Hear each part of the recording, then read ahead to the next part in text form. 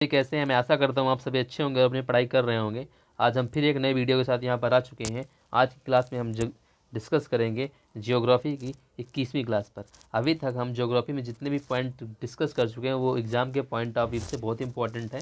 अभी तक हमने जो 20 क्लास करी हुई हैं उनमें अभी तक का जो हमारी क्लास थी उसमें हमने प्लेट्यू के बारे में डिस्कस किया था। भारत के महत्वपूर्ण पठारों के बारे में हमने डिस्कस किया था।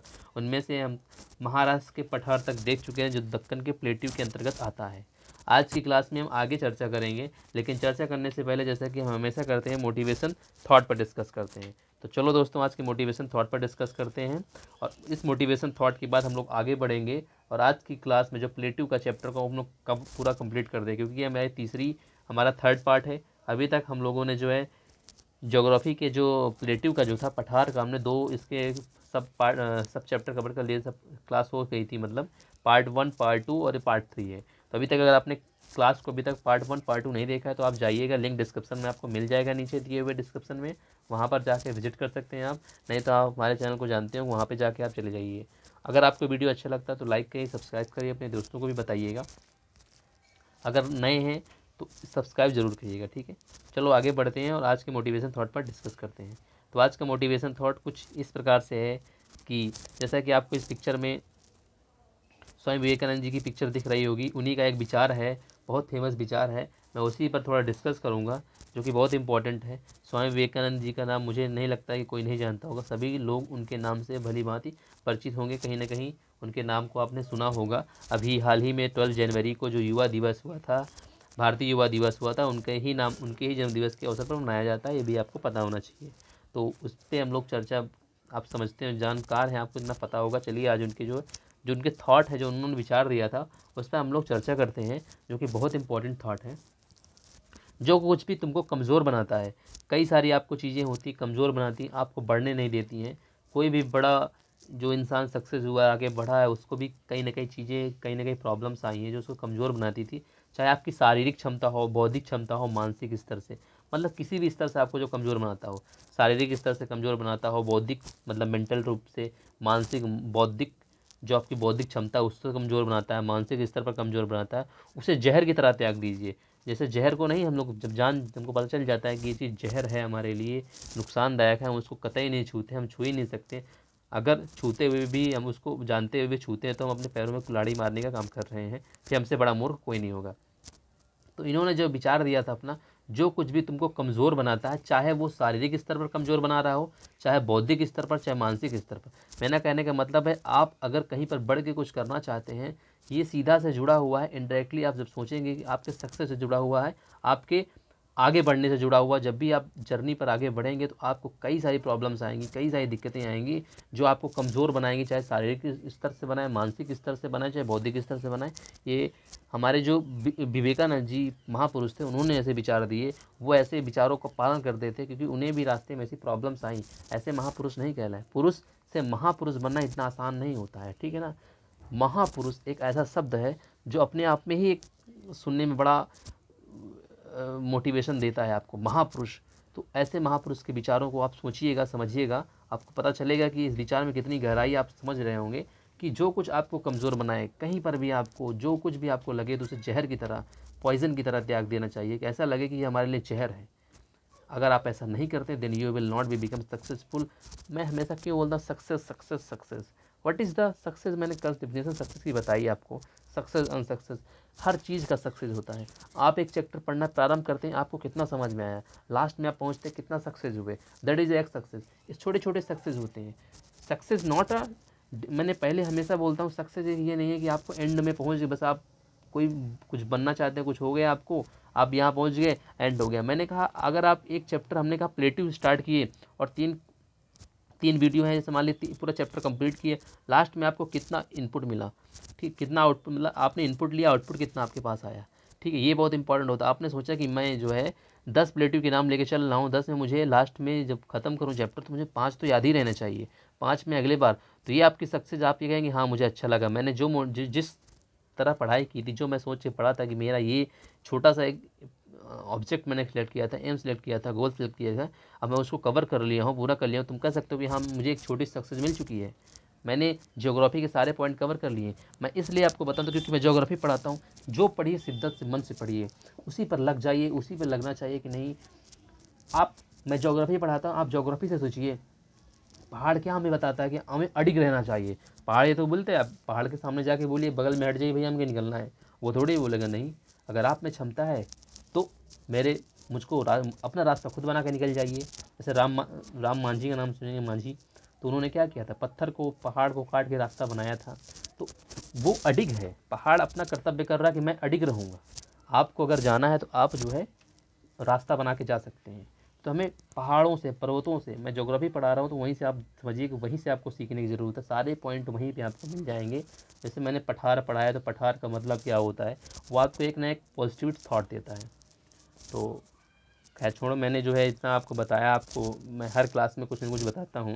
मैं ऐसा करता हूँ कि आपको कुछ कुछ समझ में आ रहा होगा, और इसमें जो है विचार विमर्श कर रहे होंगे, आपको समझ में आता होगा कि नहीं मैं जो बता रहा हूँ वो सही में क्या फ़ैक्ट है, क्या नहीं फ़ैक्ट है। बाकी जो भी मुझसे हो सकता है मैं आपको बताने का प्रयास करता हूँ और अपना बेस्ट देने का प्रयास करता हूँ। चलिए, आपको आज के जो मोटिवेशन थॉट का मेन पर्पज़ था, जो उद्देश्य था, वो आपको पूरी तरह समझ में आया होगा। माननीय जो हमारे महापुरुष जी थे, स्वामी विवेकानंद जी का विचार बहुत ही अपने आप में एक विद्वतापूर्ण था, अपने आप में बहुत ही बड़ा हमको निर्देश देता है। तो आप इस थॉट को समझ चुके होंगे। आज इस पर डिस्कस करिए, अपने दोस्तों को बताइए कि आखिर इसका मतलब क्या होता है। ज्ञान बांटने से बढ़ता है, बात याद रखिएगा। आप जो भी पढ़िए दूसरों को भी बताइए। ज्ञान को अपने तक सीमित मत रखिए। जब तक ज्ञान अपने तक सीमित रहेंगे, इसका प्रसार नहीं होगा, विस्तार नहीं होगा, you can not do anything. Please please मैं आपसे रिक्वेस्ट करता हूँ, जितना आपको समझ में आए समझिए और दूसरे से शेयर करिए। आप दूसरे को बताइए। आप जितना कहते हैं कि जब जितना रस्सी, जब जब कभी आप देखे होंगे एक कुआं, आप देखे होंगे कि रस्सी जब जाती जाती बार बार, तो उसमें एक क्या बन जाता है, एक रास्ता बन जाता है। एक उसमें जो है एक दरार सी पड़ जाती है, उसमें एक दिखने लगता है कि नहीं इसमें भी एक दरार आ गई, इसमें भी एक जो है रास्ता बन गया, इसमें जो उसका जो जाने आने का जो रास्ता वो बन जाता है। तो आपको समझ में आएगी। आप जितना अपने आप को रगड़ेंगे, जितना आप पढ़ेंगे, जितना आप दूसरों को शेयर करेंगे, बताएंगे, अपनी नॉलेज को बताएंगे, उतना आपको नॉलेज बढ़ेगा। कभी मत ये सोचिएगा, कहीं ना कहीं हमारे अंदर भी ऐसे विचार रहे हैं, अब तो नहीं है लेकिन रहे हैं पहले, कि ऐसे रहता था कि हम पढ़ें दूसरे को ना पढ़ाएं, नहीं हमसे आगे निकल जाएगा। ये विचार उस समय थे, लेकिन जब समझ में आया कि नहीं ऐसा नहीं होना चाहिए, ज्ञान बांटने से बढ़ता है, अच्छी चीज़ें हैं। जब दूसरों को देखे तो लगा नहीं हाँ बात सच में है, ऐसा ही पॉसिबल है। मैं आपको पढ़ाता हूँ पढ़ता हूँ तो मुझसे मेरा भी नॉलेज गेन बढ़ता है। मुझे पढ़ाने में अच्छा लगता है, इसलिए पढ़ाता हूँ तो मेरा नॉलेज जो है बढ़ता है। आज 2 है तो कल उसका 4 गुना बढ़ जाता है, इसलिए मुझे अच्छा लगता है। अब चाहे इसमें ये भी कह सकते हैं कि तुम्हारा स्वार्थ है, जो भी हो, तो आप पॉजिटिव नेगेटिव दोनों थॉट आपको पता है, सकारात्मक सोचिए नकारात्मक सोचिए, ये सब डिपेंड करता है आप में। तो दोस्तों, मैं आज की क्लास को फिर से स्टार्ट करते हैं। हम लोग इस पर चर्चा करते रहेंगे। पहले जिस लिए हम लोग आज क्लास को स्टार्ट कर रहे हैं उस पर हम डिस्कस करते हैं। मोटिवेशन थॉट तो बीच बीच में चलता रहेगा, हम लोग ऐसे पढ़ते रहेंगे। अगर मेरी कहीं कुछ मुझे कुछ समझ में नहीं आता, कुछ उल्टा ऐसे कुछ निकल जाता है जो नहीं होना चाहिए, मैं अपनी गलती हमेशा माफ़ी मांगता हूँ। ठीक है, तो आज की क्लास को मैं स्टार्ट करते हैं और आगे हम बढ़ते हैं। और आज के मोटिवेशन थॉट पे तो डिस्कस कर ही चुके हैं, और आज की जो क्लास है उस पर हम डिस्कस करते हैं। मैं प्रीवियस क्लास में जो भी आपको पढ़ा चुका हूँ, मैं उस पर दोबारा जो है रिवीजन, जो जिसे कहते हैं कि दोबारा दोहराने वाला काम आप करिएगा। नहीं करूँगा क्योंकि क्लास बड़ी हो जाती है, मुझे भी टाइम नहीं मिल पाता है बच्चों, क्योंकि मैं भी थोड़ा सा कुछ काम में बिज़ी रहता हूँ, मेरी भी कुछ हैं चीज़ें, इसलिए जो है मैं आगे की क्लास को स्टार्ट करूँगा। प्रीवियस जैसे मान लीजिए आपको जब नहीं समझ में आएगा तो मुझे कमेंट बॉक्स में आप बताइएगा, मैं दोबारा उस चीज़ को समझाऊँगा। ठीक है ना। तो मैं जैसे कि अभी तक महाराष्ट्र पठार को पढ़ा चुका था आपको। ठीक है, महाराष्ट्र पठार को जो यहाँ तक था, महाराष्ट्र का पठार मैं बता चुका था। और आज की क्लास में हम लोग डिस्कस करेंगे कर्नाटक का पठार। ठीक है दोस्तों, कर्नाटक का पठार, कर्नाटक के पठार को डिस्कस करूँगा। और इसके बारे में मैं पहले मैप के द्वारा आपको बताऊँगा, क्योंकि मैं इसलिए मैप के द्वारा आपको बताने का प्रयास कर रहा हूँ ताकि मैप के द्वारा आपको पहले इसकी पिक्चर दिमाग में बस जाएगी कि मैप में आखिर कैसे इसको शो किया गया, दिखाया गया, ताकि इसकी पोजीशन, जैसे मैंने बताया ना 4 पॉइंट होते हैं पोजीशन, उच्चावच रिले सिस्टम क्या, अफवाह तंत्र क्या है, कैसी खनिज, कैसी मृदा पाई जाती है, कैसी वनस्पति है, मृदा पता चल जाएगा तो वनस्पति, उसकी कृषि कैसी होगी पता चल जाएगा, वर्षा कैसा है, कहाँ से होता है, सारी चीज़ें इंपॉर्टेंट पॉइंट जो रहेंगे उनमें हम लोग डिस्कस करेंगे। ठीक है, तो मेरा मतलब यही रहता है कि जो मैं बताऊँ वो आपको जो है एग्ज़ाम में ऐसे ही क्वेश्चन पूछने को मिले। यहाँ पे ऐसे कर्नाटक का पठार है, इसके 3 भाग है, ठीक है बच्चे, ऊपर वाला नीचे वाला 3 भाग हो गया, ठीक है ना। तो इसमें क्या उच्च भूमि का पठार हो गया, ठीक है, मध्य भूमि का पठार हो गया, और क्या कहते हैं दक्षिण भूमि का पठार हो गया। तो ऊपर उच्च भूमि हो गया, मध्य भूमि हो गया, दक्षिण भूमि हो गया, 3 इसके पठार हो गए, 3 भागों में मतलब इसको डिवाइड किया गया है, ठीक है ना। तो ऊपर ये कृष्णा नदी हो गई, ये कावेरी हो गई लगभग अभी यहाँ पे, ठीक है, कावेरी नदी हो गई, और यहाँ से जो है सॉरी गोदावरी कृष्णा, यहाँ से कावेरी नदी होगी, ठीक है। इसको भी दिमाग में आपको रखना है। तो मैं जो है अब यहाँ पे जो है आपको बताऊँगा कि इसका डिवीज़न कैसे हुआ। इसका 3 पार्ट में डिवीज़न हुआ है, ठीक है, उच्च भूमि, मध्य भूमि, और यहाँ पे जो है क्या है दक्षिण भूमि है। तो इस बात को दिमाग में रखना। उत्तर में महाराष्ट्र का पठार है, तो आपको पता होगा कि यहाँ पे इसका महाराष्ट्र का पठार है। जो हम लोग अभी देख रहे थे लगभग उत्तर में इसका महाराष्ट्र का पठार पड़ जाता है, ठीक, मैं थोड़ा सा बड़ा कर दिया हूँ। और पश्चिम में, उत्तर में पश्चिमी घाट है, तो पूर्व में रायलसीमा का पठार है। जैसे मैंने पिछली क्लास में बताया था कि यहाँ पे इसका रायलसीमा का पठार मैंने नदियों में दिखा दिया। अगर मैं यहाँ पे इस क्लास में ऐसे करके आपको दिखाऊंगा, ये दूसरे बना लेता हूँ इसको, तब यहाँ पे आपको दिखा देता हूँ कि रायलसीमा का पठार कैसे है। तो जैसे हम लोग, तो उसमें जैसे मैं बता रहा था आपको, जैसे मान लीजिए यहाँ पे मैंने उसको इस दिखा दिया, मान लीजिए ये पठार हो गया, ठीक है। यहाँ पे तो उत्तर में मान लीजिए ये क्या हो गया पठार हो गया, महाराष्ट्र का पठार हो गया, ठीक है। पश्चिम में पश्चिमी घाट हो गया, यहाँ पे उत्तर मान लीजिए ये हो गया, पश्चिम में पश्चिमी घाट हो गया, ये पश्चिमी घाट हो गया, ठीक है, पश्चिम। पूर्व में यहाँ पे लगभग रायलसीमा का पठार रहेगा, यहाँ पे ऐसे करके रायलसीमा का रहेगा, ठीक है। तमिलनाडु से लगा हुआ रहेगा, रायलसीमा का पठार हो गया, रायलसीमा, ठीक है बच्चे, इसके बारे में डिस्कस करेंगे। रायलसीमा का पठार हो गया, ठीक है। तो यहाँ इसके द्वारा इसकी सीमा जो है सीमांकित होती है, इस बात को दिमाग में रखना। कर्नाटक का पठार का जो विस्तार है केरल के कोझिकोड और उत्तरी कर्नूल जिले केरल तक, मतलब इसका विस्तार जो है केरल तक भी इसका विस्तार यहाँ पे देखने को मिलता है। केरल यहाँ पे है, इसका यहाँ पे विस्तार भी देखने को मिलता है। केरल के कोझिकोड, कालीकट कहते हैं, कोझिकोड और कन्नूर, ठीक है, केरल के कोझिकोड और कन्नूर जिले तक, उत्तरी कन्नूर पर इसका विस्तार देखने को मिलता है। अब मुख्य रूप से अगर इसकी संरचना की बात करेंगे, तो संरचना में मैं आपको बताऊंगा कि ये जो इसमें जो है धारवाड़ क्रम की चट्टानें मिलती हैं, ठीक है। मैंने बताया था आपको पिछली क्लास में धारवाड़ क्रम की चट्टानें क्या होती हैं, धारवाड़ चट्टानें मिलती हैं इसमें, ठीक है। इसको दिमाग में रखना बच्चों। इसके ढाल के बारे में मैं डिस्कस करूँगा। पश्चिम पूर्व की ओर समुद्र तल से औसतन इसकी ऊंचाई, तो इसका ढाल जो है, ढाल के बारे में अगर मैं बात करूँगा तो इसका किस तरह ढाल है, पश्चिम से पूर्व की ओर है, पश्चिम से पूर्व की ओर इसका ढाल है। तो इधर से इसे मान लीजिए ऐसे करके ढाल रहेगा, तो पश्चिम से पूर्व की ओर इसका ढाल रहेगा, पश्चिम से पूर्व की ओर इसका ढाल रहेगा, ठीक है। तो ये भी आपको दिमाग में रखना है, मतलब पश्चिम की ओर ज़्यादा मोटाई, इधर कम मोटाई है, तो ये भी ढाल हो गया। तो इसको 3 भागों में बांटा गया है, तो इस बात को भी दिमाग में रखना है, ठीक है ना। तो इसको जो है दिमाग में आपको रखना है कि इसको 3 भागों में कौन कौन से मुख्य भागों में इसको बांटा गया है। तो मुख्य भागों में जो बांटा गया है, इसके उत्तरी भाग को कहते हैं मलनाड, ठीक है, जो पश्चिमी घाट के दोनों तरफ से घिरा हुआ है, पहाड़ी विशेषता वाला है, सदाबहार वन पाए जाते हैं। तो ऊपरी वाले भाग को क्या कहेंगे, मलनाड, क्या कहेंगे, मलनाड बोलेंगे। एक मिनट, हाँ यहाँ पे, तो यहाँ पे मलनाड हो गया, मलनाड, ठीक है। और उसके उच्च भूमि वाला क्षेत्र हो गया, उच्च भूमि वाला क्षेत्र हो गया, और नीचे वाला रहता है दक्षिणी भूमि वाला, मतलब उत्तर भूमि वाला, उत्तरी भूमि वाला, दक्षिणी भूमि वाला, ठीक है। थोड़ा सा वहाँ पे मिस हो गया था। तो मलनाड, उच्च भूमि और दक्षिण भूमि, 3 इसके भागों में बांटा गया है। तो उच्च भूमि मलनाड वाला क्षेत्र है, वो पश्चिमी घाट, इधर से पश्चिमी घाट से घिरा हुआ रहता है, और पहाड़ी विशेषता वाला है, सदाबहार वन पाए जाते हैं। तो इसमें सदाबहार वन पाए जाते हैं, सदाबहार वन मिलते हैं यहाँ पे, ठीक है। यह कावेरी नदी पे जो उच्च भूमि उत्तरी भूमि वाला है, ये उच्च नहीं उत्तरी भूमि, ठीक है ना, ये उत्तरी भूमि है। तो उत्तरी भूमि वाले में अगर बात करेंगे, तो ये जो है कावेरी नदी के उत्तर में अवस्थित है। तुंगभद्रा यहाँ की सहायक नदी है, ठीक है ना। कावेरी नदी के जो कावेरी नदी है, यहाँ पे कावेरी नदी मान लीजिए, यहाँ पे कावेरी नदी है, यहाँ पे ये नहीं है, ठीक है। ये मैं थोड़ा इसको हटाऊँगा, हाँ, ये यहाँ पे जो है कावेरी नदी हो गई, कावेरी नदी के उत्तर में है।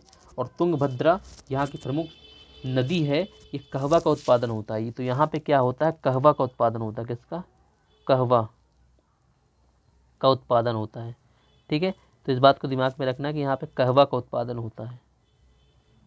तो कहवा का यहाँ पे उत्पादन होता है। तुंगभद्रा जो कि गोदावरी की सहायक नदी है, गोदावरी की है, उसकी सहायक उसके अंतर्गत आता है, मतलब गोदावरी की सहायक नदी है। तो यहाँ पे तुंगभद्रा और कावेरी के उत्तर में, ठीक है। तो कावेरी नदी ये हो गई, ये हो गई कावेरी नदी, कावेरी नदी ये हो गई, ठीक है बच्चे, इस बात को दिमाग में रखना है। तो कावेरी नदी ये हो गई। और यहाँ पे दक्षिणी उच्च भूमि है, कावेरी नदी के दक्षिण में है। तो यहाँ पे जो है इसका जो ये भाग हो जाएगा, ये जो हो जाएगा दक्षिणी भूमि हो गया। तो कावेरी नदी के दक्षिण में ये हो गया, ठीक है ना। जिसे मैसूर का पठार भी कहते हैं। तो दक्षिणी उच्च भूमि वालों को मैसूर का पठार भी कहते हैं। क्या कहते हैं? मैसूर का पठार भी कहते हैं इसे, इसे मैसूर का पठार भी कहते हैं। मैसूर का पठार, मैसूर का पठार, ठीक है। तो क्या दक्षिणी उच्च भूमि है, ठीक है, जैसे मैसूर का पठार कहते हैं, कावेरी नदी के दक्षिण में है, ठीक है। तो कावेरी नदी के दक्षिण में भी याद रखना है कि कावेरी नदी के दक्षिण में है। तो आगे बढ़ते हैं और आगे हम लोग डिस्कस करते हैं इसके कुछ अन्य पॉइंट। अगर मैं इसके अपवाद तंत्र की बात करूँगा कि यहाँ पे कौन कौन सी नदियाँ निकली, जैसे मैंने आपको पहले बताया कि कृष्णा नदी निकलेगी तथा कृष्णा की सहायक नदी तुंगभद्रा, सॉरी मुझे वहाँ पे मैंने गलती से बताया था, वहाँ पे जो है तुंगभद्रा अभी आया दिमाग में, तो तुंगभद्रा जो रहेगी कृष्णा की सहायक नदी है। अब तुंगभद्रा कृष्णा की सहायक नदी है, कृष्णा की सहायक नदी है, तुंगभद्रा कृष्णा की सहायक नदी है, ठीक है। और कावेरी, तो यहाँ पे दो प्रमुख नदियाँ आपको सामने आई होंगी, आपके सामने आई दो प्रमुख नदियाँ 1, 2, तो तुंगभद्रा और कावेरी दो नदियाँ आपके सामने आई हुई हैं। तो ये आपको याद रखिएगा कि तुंगभद्रा कावेरी कहाँ से निकलती हैं, ये कर्नाटक के पठार से निकलती हैं। यहाँ की अगर मृदा की बात करेंगे हम लोग कि मृदा कैसी पाई जाती है, तो मृदा में हम लोग डिस्कस करेंगे कि मृदा यहाँ पे जो है मृदा, तो यहाँ पे उत्तरी भाग में जो है काली मृदा पाई जाती है, जिसका उत्तरी भाग रहेगा ये, यहाँ पे काली मृदा पाई जाएगी क्योंकि ये धारवाड़ की चट्टानों से बना हुआ है। और शेष भागों में लाल मीली मृदा, मतलब कि जो उत्तरी वाला भाग रहेगा मालनाड़ वाला रहेगा, उसमें जो है काली मृदा पाई जाती है, बाकी में लाल पीली मृदा पाई जाती है, लाल एंड पीली मृदा पाई जाती है। तो लाल और पीली मृदा पाई जाती है, ठीक है। तो इस बात के दिमाग में, जहाँ पे काली मृदा होगी तो आपको पता है कि वहाँ पे क्या होगा, गन्ने और कपास की खेती होगी, इस बात का दिमाग में रखना है। लेकिन यहाँ पे जो है यहाँ पे अधिकतर कहवा मतलब जो होती काफ़ी नहीं होती, कहवा का ज़्यादा यहाँ पे बागान देखने को मिलते हैं आपको। यह पठार कहवा, रागी, ज्वार, बाजरा, गन्ना जैसे फसल उत्पादन के लिए प्रसिद्ध है।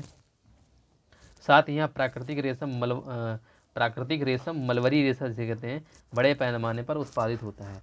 तो यहाँ पर जो है प्राकृतिक रेशम, तो यहाँ पर क्या होता है, प्राकृतिक रेशम जिसे मलवरी रेशम कहते हैं, मलवरी रेशम जिसे मलवरी रेशम कहते हैं, ये यहाँ पे सबसे ज़्यादा उत्पादित होता है। कहवा, रागी, एक वहाँ पे अनाज होता है, मोटा अनाज है, और ज्वार, बाजरा, गन्ना यहाँ पे उत्पादित होता है, ठीक है। इस बात को दिमाग में रखिएगा कि प्राकृतिक रेशम मलवरी का भी यहाँ पे जो है बड़े पैमाने पे क्या होता है, उत्पादन होता है, इस बात को भी दिमाग में आपको रखनी है। अब वर्षा और वनस्पति की बात करेंगे तो यहाँ पे 100 सेंटीमीटर से अधिक वर्षा होती है, अतः यहाँ पे मानसून का क्षेत्र है, क्योंकि यहाँ पे 100 सेंटीमीटर से अधिक वर्षा होती है तो मानसून का क्षेत्र रहता है। ये कैसा क्षेत्र रहता है, मानसून का क्षेत्र है, ठीक है। यहाँ पे धारवाड़ की चट्टानें, मैंने बताया था पहले कि धारवाड़ की चट्टानें जो होती हैं वो खनिज से परिपूर्ण होती हैं, खनिज ज़्यादा उसमें पाया जाता है, मिनरल्स ज़्यादा पाए जाते हैं। तो यहाँ पे जो धारवाड़ क्रम की चट्टान पाई जाती है, धारवाड़ क्रम की जो चट्टान रहती है, वहाँ पे खनिज बहुत बड़ी मात्रा में चट्टान में पाया जाता है, खनिज के भंडार होते हैं, ठीक है। इसलिए यहाँ पे जो लौह, मैग्नीज, बॉक्साइट जैसे खनिजों की प्राप्त होती है। धारवाड़ क्रम की चट्टाने की वजह से यहाँ पे लौह के एस्क, मैग्नीज, बॉक्साइट, मैग्नीज, एक मिनट,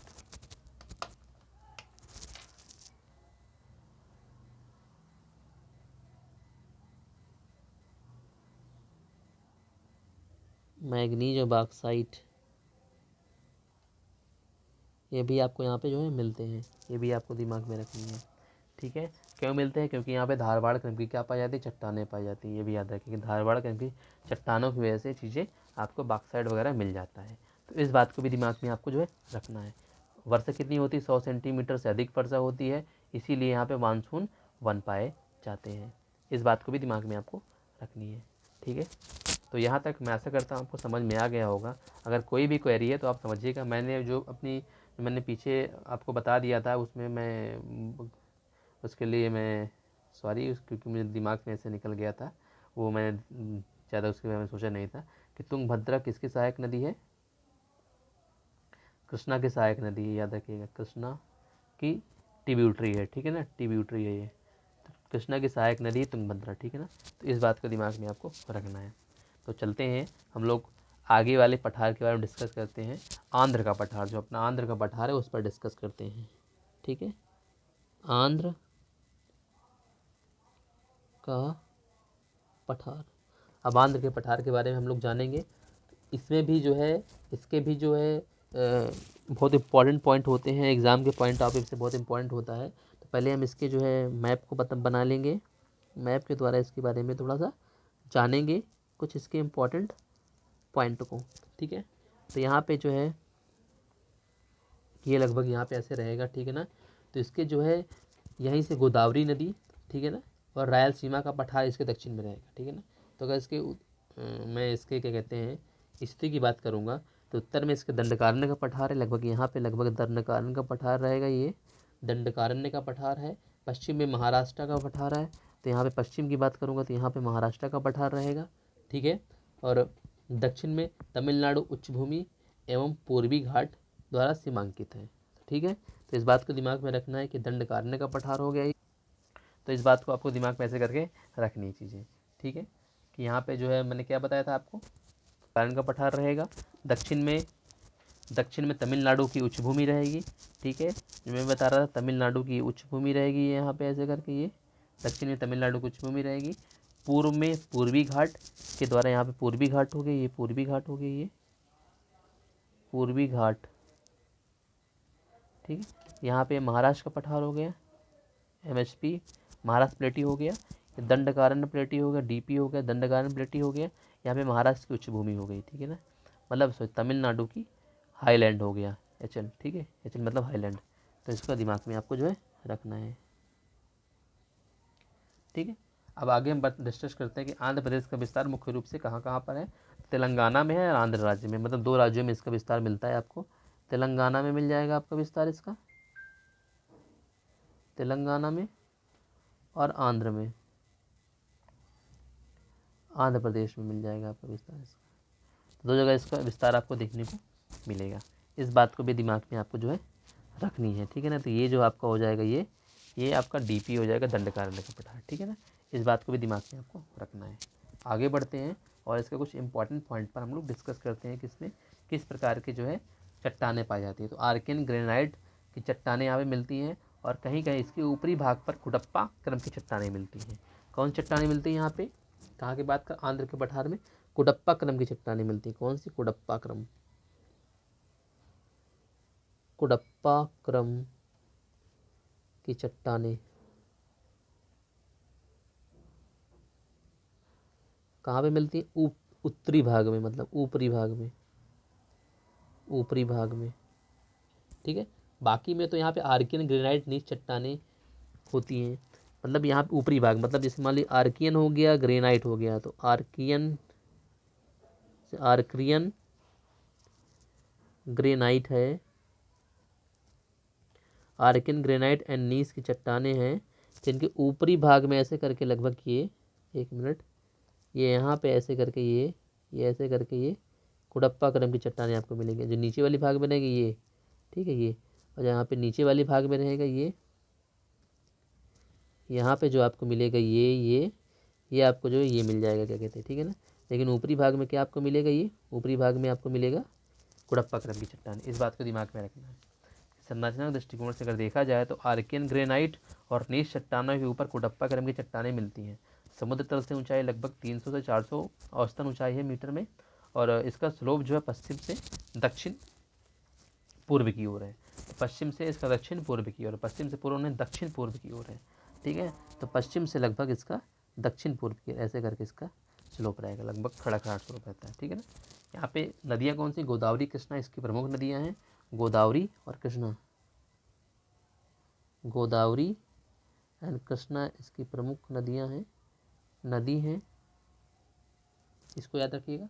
तेलंगाना पठार के पश्चिम में, यहाँ पे तेलंगाना पठार कुछ भूमि में, तेलंगाना पठार के पश्चिम में काली मृदा, जबकि तेलंगाना जो है, ठीक है। तो आंध्र का पठार है, जैसे तेलंगाना का पठार भी कहते हैं, इस बात को भी दिमाग में आपको रखना है। तो तेलंगाना का पठार भी आ जाएगा यहीं पे, समझ जाइएगा कि आंध्र के पठार के बारे में डिस्कस किया जा रहा है, आंध्र के पठार के बारे में बताया जा रहा है। तो इसको भी दिमाग में आपको रखना है कि ऊपरी भाग को तेलंगाना का पठार कहते हैं, इसी में ही रायलसीमा का पठार होता है, इस बात को भी दिमाग में रखना है, ठीक है ना। तेलंगाना पठार के अगर पश्चिमी भाग, मतलब इसी पठार के पश्चिमी भाग में काली मृदा, जबकि तेलंगाना और रायलसीमा पठार क्षेत्र में लाल मिट्टी, लाल पीली मृदा होती है। मतलब यहाँ पे जो है ऊपरी भाग में जो रहेगा, ऊपरी भाग में आंध्र का पठार है तो वहाँ पे काली मृदा, तेलंगाना और रायलसीमा जो इसका दक्षिणी भाग रहेगा उसमें लाल और पीली मृदा रहती है, ठीक है। इसीलिए यहाँ पे क्या है, इसका पठारी क्षेत्र गन्ना, कपास, ज्वार, बाजरा, मतलब जहाँ पे लाल पीली मृदा होगी, मैं पहले बता चुका हूँ कि अगर लाल पीली मृदा है, लाल है पीली मृदा है तो मोटे अनाज, लाल पीली मृदा है तो क्या होंगे, मोटे अनाज होंगे, मोटे अनाज। अब मोटे अनाज की बात करूँगा तो मैं यहाँ पे ज्वार बाजरा की तो बात करूँगा, तो ज्वार बाजरा यहाँ पे होता है, गन्ना कपास होता है, ठीक है, ज्वार बाजरा मक्का।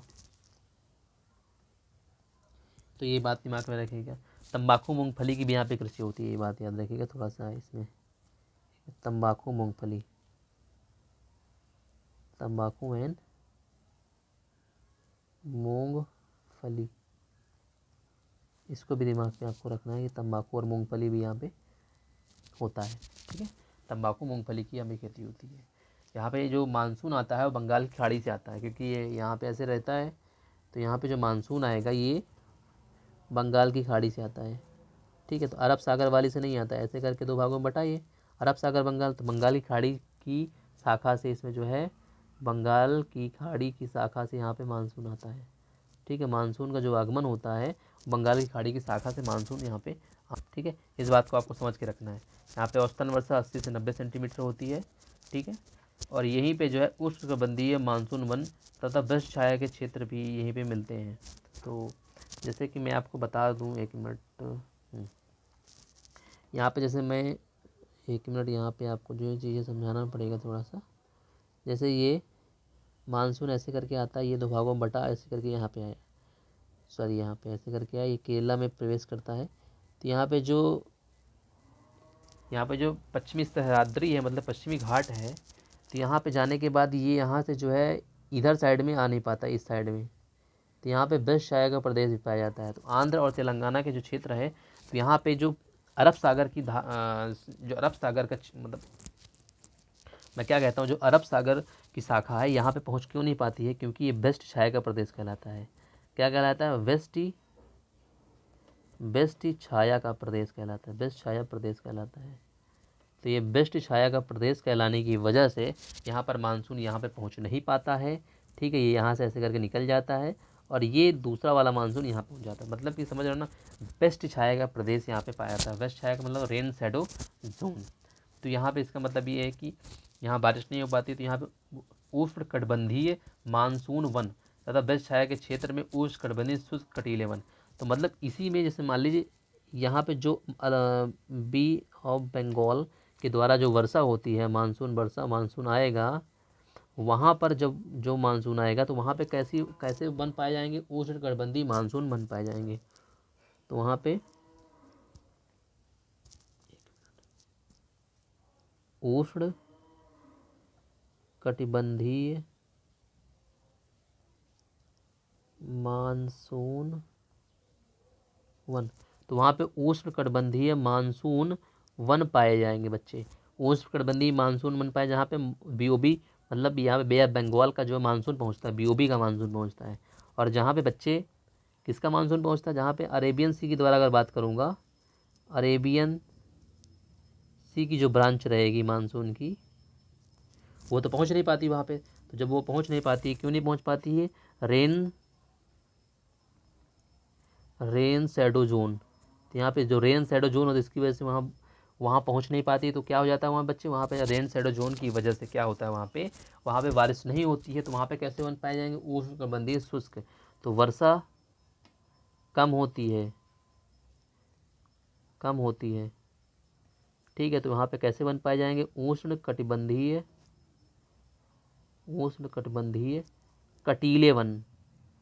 जहाँ पानी नहीं होती कटीले वन पाए जाते हैं, ठीक है। तो उष्णकटिबंधीय कटीले वन, शुष्क कटीले वन, कैसे वन, उष्णकटिबंधीय शुष्क कटीले वन मिलते हैं, ठीक है। तो मेरी बात समझ में आई कि उष्णकटिबंधीय तो कहाँ कहाँ पर, जहाँ पर वेस्ट छाया प्रदेश है वहाँ पर उष्णकटिबंधीय कटीले वन मिलते हैं। क्यों वेस्ट छाया प्रदेश है, इसको मैंने भी आपको बता दिया है कि यहाँ पे उष्णकटिबंधीय क्यों है, ये भी मैंने आपको सारी चीज़ें बता दी है। वर्षा कम होती है रेन शैडो जोन की वजह से। तो कुडप्पा क्रम की चट्टानें जो भी, ये भी मतलब मिनरल्स से भरी हुई होती हैं, धारवाड़ क्रम की और कुडप्पा। तो यहाँ पे ये भी याद रखिएगा कि इसीलिए यहाँ पे भी जो है खनिज पाए जाते हैं। क्यों पाए जाते हैं, बिकॉज ऑफ कुडप्पा क्रम, कुडप्पा क्रम की चट्टानें पाई जाती हैं। कुडप्पा क्रम की जो चट्टानें पाई जाती हैं, क्रम की चट्टानों की वजह से, कुडप्पा क्रम की चट्टानों की वजह से यहाँ पे भी खनिज पाए जाते हैं, खनिज पाए जाते हैं, ठीक है। और कौन कौन से खनिज पाए जाते हैं, तो लौह अयस्क कोयला, तो लौह अयस्क कोयला, ठीक है, सीसा एंड जस्ता, एक मिनट, सीसा एंड जस्ता। तो ये चीज़ें भी दिमाग में आपको रखनी है, कोयला, सीसा एंड जस्ता भी यहाँ पे जो है मिलता है। यहाँ तक आपको मैं आशा करता हूँ कि आपको यहाँ तक जो है सारी चीज़ें समझ में आई होंगी। और आगे बढ़ते हैं और कुछ और पॉइंट पर हम लोग जो है डिस्कस करते हैं, जो इसके और कुछ जो है पॉइंट बचे हुए हैं। इसका जो एक इम्पॉर्टेंट पठार बचा हुआ है दंडकारण्य का, उस पर डिस्कस करते हैं। और यहीं से जो है पठार की जो सिलसिला, पठार के फेमस पठारों के बारे में डिस्कस कर रहे थे, वो ख़त्म हो जाएंगे। और फिर हम आगे जो है इस पठारों के बारे के बाद जो हम किसके पहाड़ों के बारे में डिस्कस करेंगे, प्रायद्वीपीय पहाड़ के बारे में। तो दंडकारण्य के पठार के बारे में डिस्कस करते हैं हम। दंडकारण्य, दंडकारण्य का पठार, ठीक है। दंडकारण्य के पठार के बारे में हम डिस्कस करते हैं। तो इसके पहले अवस्थिति के बारे में जान लेते हैं कि अवस्थिति इसकी कहाँ पर है, ठीक है। तो वही सिलसिला रहेगा, वही अपनी चीज़ें रहेंगी, पुराना मैप बनाना। ये महाराष्ट्र का पठार हो गया, सिंपल सा बात हो गया। यहीं पे आंध्र का पठार, ये यहाँ पे आंध्र का पठार हो गया। फिर मैंने क्या बताया था, ऊपर इसके क्या रहेगा, कुडप्पा का पठार रहेगा। कुडप्पा मतलब सॉरी दंडकारण्य का हो गया, कुडप्पा क्रम की चट्टान, सॉरी ये आंध्र का हो गया, आंध्र, आंध्र का पठार, ये महाराष्ट्र का पठार हो गया, ठीक है। दंडकारण्य का हो गया, दंडकारण्य का पठार, तो दंडकारण्य का पठार हो गया, ठीक है। इसी में पूर्वी घाट हो जाता है, ये क्या हो जाता है बच्चे, ये पूर्वी घाट हो जाता है ये। तो यहीं पे जो है पूर्वी घाट है, तो ये बात को दिमाग में, पूर्वी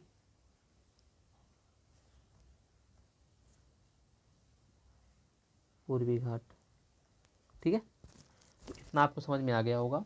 तो इसकी स्थिति के बारे में, जो इसका पोजीशन है, सिचुएशन सिचुएटेड कहाँ पे है, तो आपको पता चल गया होगा कि ये कहाँ कहाँ बताना हो। तो ऊपर यहाँ पे याद रखिए, यहाँ पे इसमें माही नदी, महानदी है,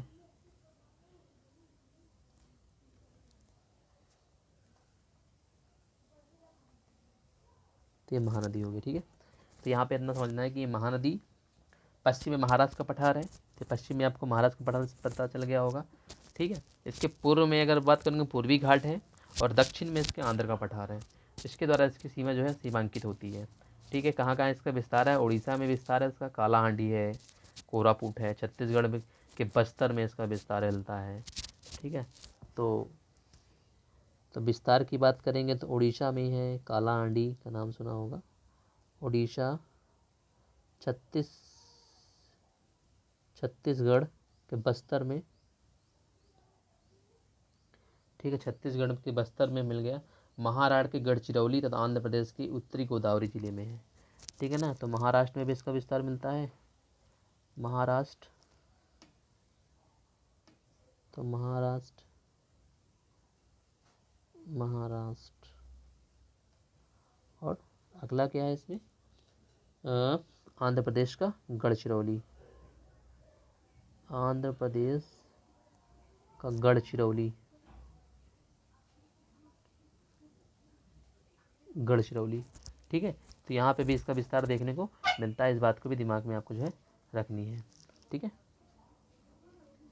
तो इतना आपको समझ में आ गया होगा कि उड़ीसा का कालाहांडी, छत्तीसगढ़ का बस्तर, महाराष्ट्र का गढ़चिरौली, आंध्र प्रदेश का जो गोदावरी जिला है उत्तरी में, वहाँ पर ये मिलता है।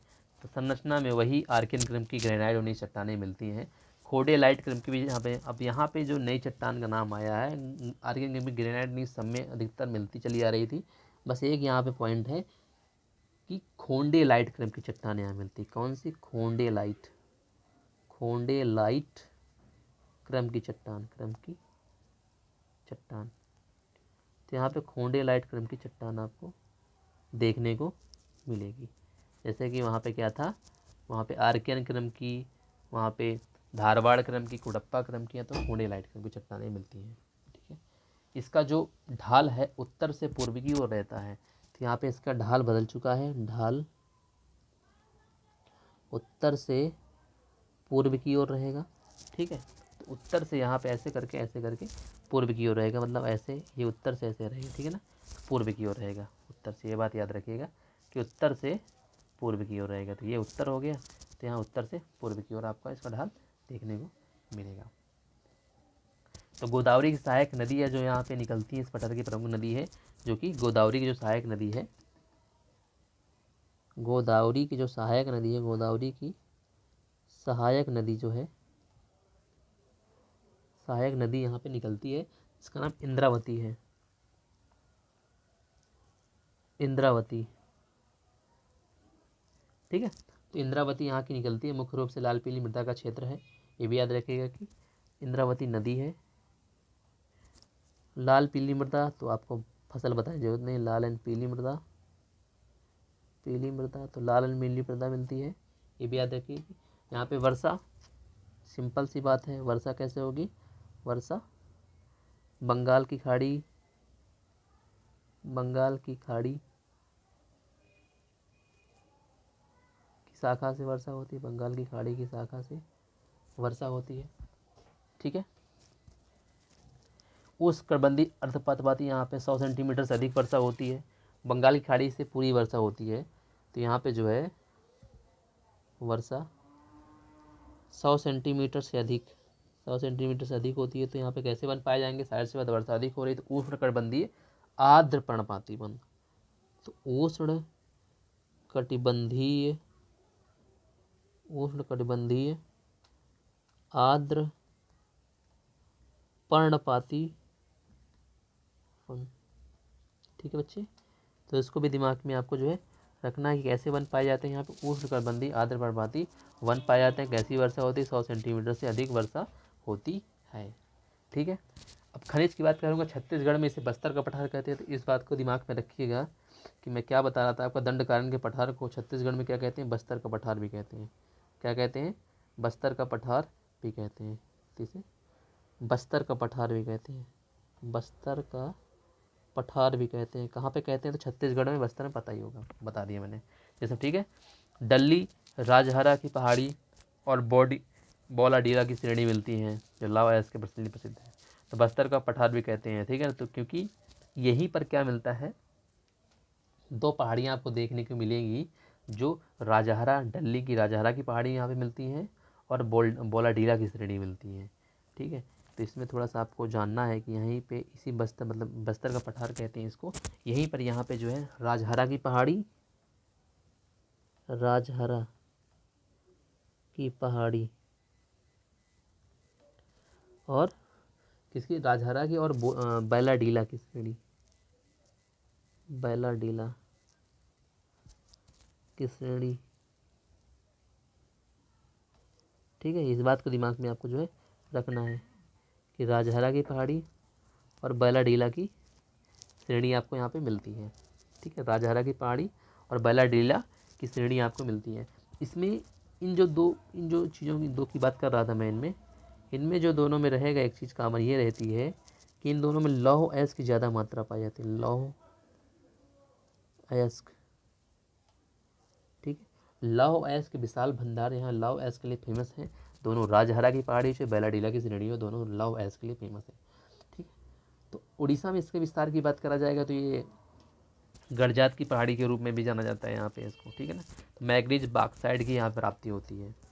ठीक है, लौह अयस्क मिलते हैं और इसी में पहाड़ में क्या मिलते हैं, क्या मिलेगा आपको, मैग्नीज और बॉक्साइट भी मिलेगा। क्या मिलेगा, मैग्नीज एंड बॉक्साइट भी मिलेगा आपको, बॉक्साइट। तो यहीं पे आपको जो है मैग्नीज और बॉक्साइट मिलेगा, तो इसको भी दिमाग में आप। तो ठीक है, तो मैंने आपको बता दिया कि छत्तीसगढ़ उड़ीसा की कालाहांडी क्षेत्र में इसका विस्तार मिलता है। तो मैग्नीज और बॉक्साइट, लौह अयस्क, तीनों चीज़ें यहाँ पे जो है खनिज की चीज़ें यहाँ पे मिलती हैं। ठीक है, इस बात को दिमाग में रखना है आपको। तो मैंने बस्तर का पठार बताया, क्यों बताया, क्योंकि राजहरा और धवला बैलाडीला की श्रेणी यहीं पे मिलती हैं जो लौह अयस्क के लिए फेमस है। और यहीं पर जो है मैग्नीज और बॉक्साइट जो मिलता है, मैं फिर से बताऊंगा आपको, जो मैग्नीज और बॉक्साइट मिलता है, मैग्नीज और बॉक्साइट, कभी कभी पूछता है मैग्नीज कहाँ मिलता है, बॉक्साइट कहाँ मिलता है, तो ये उड़ीसा मिलता है। तो उड़ीसा में मिलता है, ठीक है ना, उड़ीसा में भी इसका विस्तार है। तो उड़ीसा में कहाँ कहाँ पर इसका विस्तार है, मलकानगिरी एक पहाड़ी मिलती है, मलकानगिरी, मलकानगिरी एंड गड़जात, गड़जात पहाड़ी है, गड़जात पहाड़ी, मलकानगिरी एंड गड़जात पहाड़ी के बीच विस्तार है, के बीच विस्तार, किसका विस्तार है, के बीच विस्तार है, वहीं पर ये चीज़ें मिलती हैं। इस बात को दिमाग में रखिए कि विस्तार है, वहीं पर ये चीज़ें मिलती हैं। मलकानगिरी गड़जात पहाड़ी के बीच विस्तार है, किसका विस्तार है, विस्तार किसका है, ये भी याद रखिएगा, विस्तार किसका है, यही दंडकारण्य पठार का, दंडकारण्य पठार। मतलब ये मैप के द्वारा भी मैं आपको चीज़ें बता दूंगा ताकि आपको जो है सारी चीज़ें बाकायदा समझ में आए। जैसे उड़ीसा हो गया, उड़ीसा में ये क्या हो गया, मैं बता रहा था, यह मलकानगिरी हो गया, यहाँ पे ये मलकानगिरी, मलकानगिरी, और ये क्या हो गया, मान लीजिए मलकानगिरी हो गया, गड़जात, दो पहाड़ियाँ हो गई, और इसी के बीच में जो है ये दंडकारण्य का मतलब एक छोटा सा पार्ट है दंडकारण्य का, part of Dandakaranya, the part of Dandakaranya. ठीक है, द पार्ट ऑफ दंडकारण्य, ये छोटा सा जो पार्ट हो गया, ये यहाँ पे हल्का सा ये जो दिख रहा है, ठीक है ना, द पार्ट ऑफ दंडकारण्य। तो यहाँ पे जब इसका विस्तार यहाँ पे देखने को आपको मिल गया चीज़ें, द पार्ट ऑफ दंडकारण्य, तो ये आपको देखने को मिल गया। तो यही चीज़ क्या है, यहीं पे क्या पाई जाती हैं, यहीं पे आपको क्या मिल जाएगा बच्चे, यहीं पे दंडकारण्य में, यहीं पे जो है, यहीं पे आपको जो है ये बॉक्साइट और मैग्नीज के भंडार मिलते हैं। ठीक है, थोड़ा इसमें जो है आपको अटपटा लगा, मैंने समझा दिया आपको कैसे कि मलकानगिरी और गड़जात की दो पहाड़ियाँ हैं जो कि उड़ीसा में पाई जाती हैं, इन्हीं के बीच में ये दंडकारण्य का जो पठार है इसका विस्तार है, इसी पठार में बॉक्साइट और मैग्नीज के भंडार मिलते हैं जो कि उड़ीसा में है। ठीक है, और इसके पहले मैंने बताया लौह अयस्क के पठार कहाँ मिलते हैं, जो कि छत्तीसगढ़ में मिलते हैं, बस्तर के ज़िले में, इसीलिए इसके बस्तर का पठार कहते हैं, क्योंकि वहाँ पे भी इसका विस्तार है। कहाँ कहाँ पर, तो वहाँ पे जो है डल्ली राजहरा की पहाड़ी है, डल्ली की राजहरा की पहाड़ी है, डल्ली है वहाँ पे राजहरा की पहाड़ी, और बैलाडीला की श्रेणी के बीच में भी इसका विस्तार है जहाँ पे लौह अयस्क मिलता है, इसीलिए फेमस है। तो दोस्तों आपको वीडियो कैसी लगी, मैं आशा करता हूँ कि आपको वीडियो अच्छी लगी होगी। ठीक है, तो वीडियो आपको मैंने जो आपको यहाँ तक बताया है, मैं आशा करता हूँ कि मैं आपको समझा पाया हूँ। अगर आपको वीडियो अच्छी है तो लाइक करिए, शेयर करिए, अपने दोस्तों को बताइए। ठीक है, कोई क्वेरी है कोई भी क्वेरी रहेगी तो आप हमें जो है टेक्स्ट कर सकते हैं। ठीक है, कमेंट बॉक्स खुला है आपके लिए, वहाँ पे आपने सारी क्वेरी बताई, हम उसको सॉर्ट आउट करेंगे। कोई दिक्कत है आप हमें कांटेक्ट करिए, हम आपको सारे क्वेरी, सारे सॉल्यूशन का जो है जहाँ तक होगा समाधान देने का प्रयास करेंगे। पीडीएफ आपको मिल जाएगी। ठीक है, पीडीएफ हमारे जो है टेलीग्राम चैनल में बहुत जल्द अपलोड हो जाएगी, आपको वहाँ से सारी पीडीएफ आपको मिल जाएंगी। ठीक है, इससे तो तब तक के लिए बाय बाय, टेक केयर, फिर मिलते हैं अगली वीडियो पर। ऐसे पढ़ते रहिए और आगे बढ़ते रहिए।